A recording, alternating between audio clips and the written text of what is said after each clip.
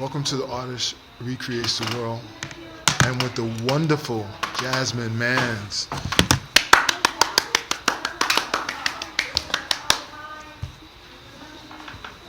Do y'all, I say y'all, do y'all know about this artist?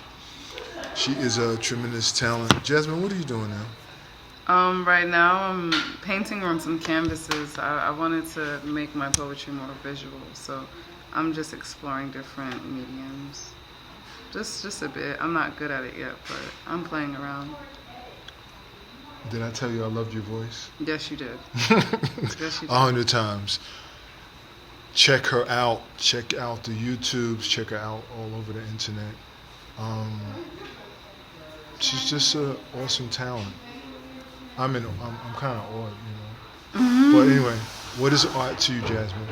What is art to me? Yes. A universal vocabulary. I would say that, right? But then it's just like, it's not universal in the sense that everybody doesn't understand everyone else's art. But I think art is another language, another speaking tool that we use to communicate, to You said share speaking emotion. tool? Tool. Yes. For sure. So when did you know that you had this gift, especially with your voice? When did you know that you can speak and this whole thing with words, and when did this begin to happen? Man, my parents wanted me to be a public speaker. Yes. And so I was always put in these public speaking classes. And so I think as a child, I learned the skill of speaking properly before I learned what the hell to talk about.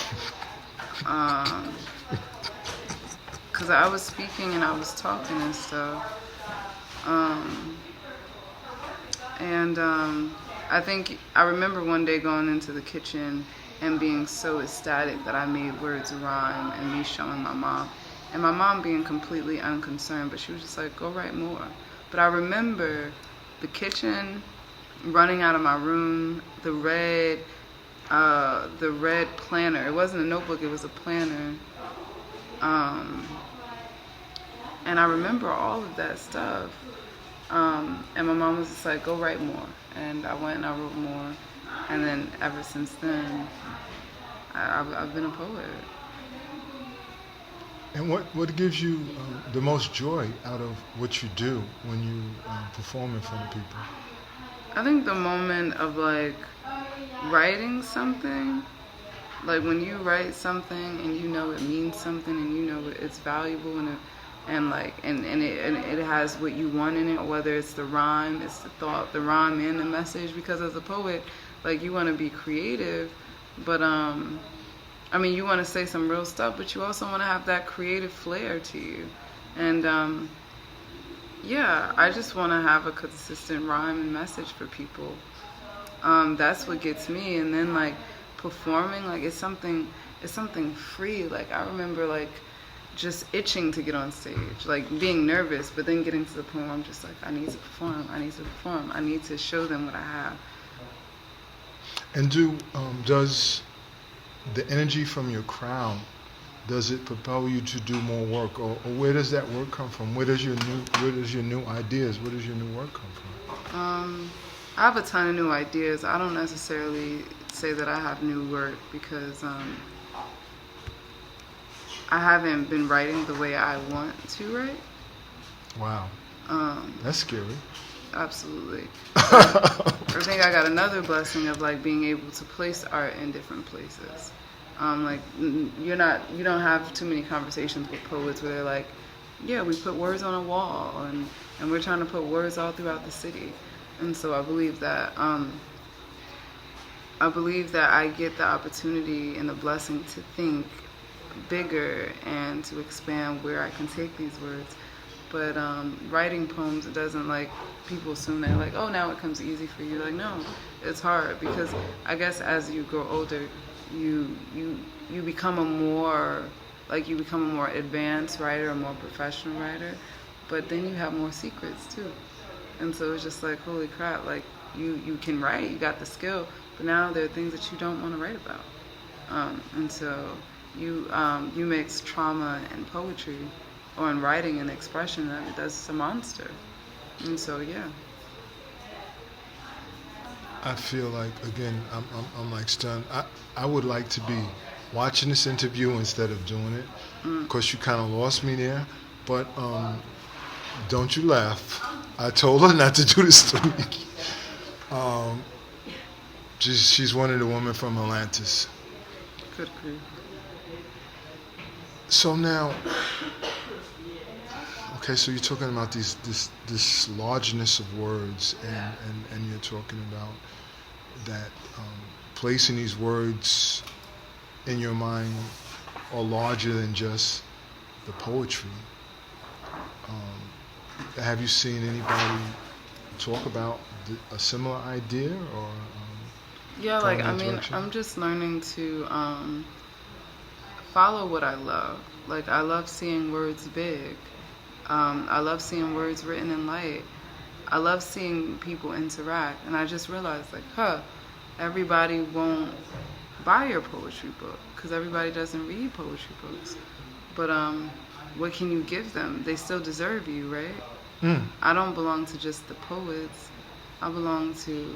I want to belong to everybody. I want everybody to have a piece of this, whether it's just a quote or whether it's the whole book. And some people are just going to take the quote, and I want them to have that too, and think that that is just as important as the book. Because when you see like one piece of work, like like this isn't an excerpt, this is a story, and some people want just that story.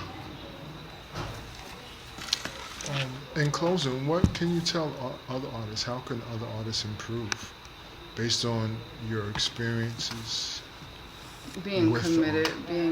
being I always just tell people that it's a love, it's a relationship. It's how do you fall in love again? How Oh, like wow. people are reading words. Like for me, I was struggling because I felt like I had to write a book. In order to be a good enough poet, I had to follow my peers because all of my peers my age, they're working on their third, fourth book now. So I'm like, in order to be a good poet, I have to write a book. Just like, no, you can go and spray paint your words on the floor and put them on a T-shirt, and so and that's just as valuable. And so it's like exploring, and still finding your value. Explore and find value. Explore and find value. Never give up. Like everybody says, never give up, but that is true. Like as you commit longer and longer. Like I remember when poetry was a hobby, and then the same people who were looking at me like my poetry was a hobby are now treating me like a professional. Are now like, where can I buy tickets to your show? Because they know that it's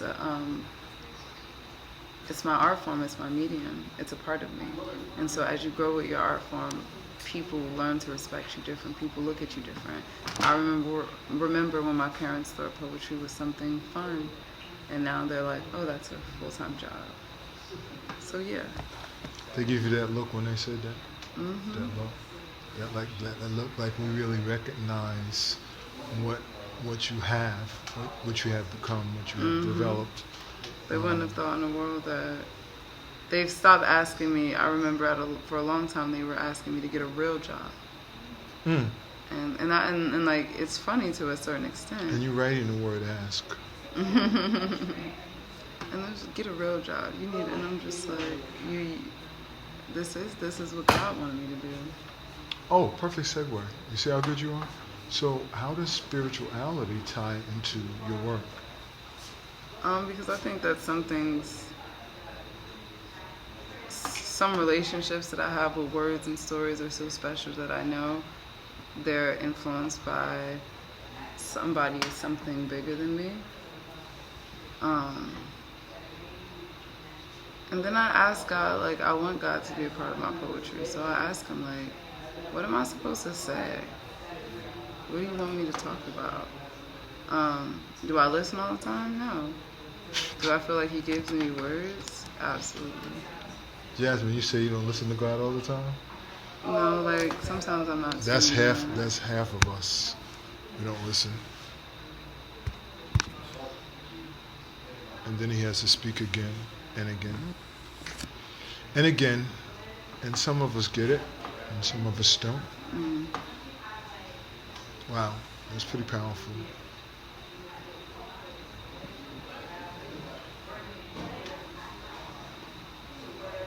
So we're out. Make sure you follow Jasmine Mans. Where can they find you? I'm everywhere. Instagram, That's what I Facebook, said. Under Jasmine Mans? under Poet Jasmine Mans. Jasmine Poet. Mans and Poet Jasmine Mans. But if you try to find me, you'll find me. Cool, cool. Thank you for visiting the Artistry Creates the World.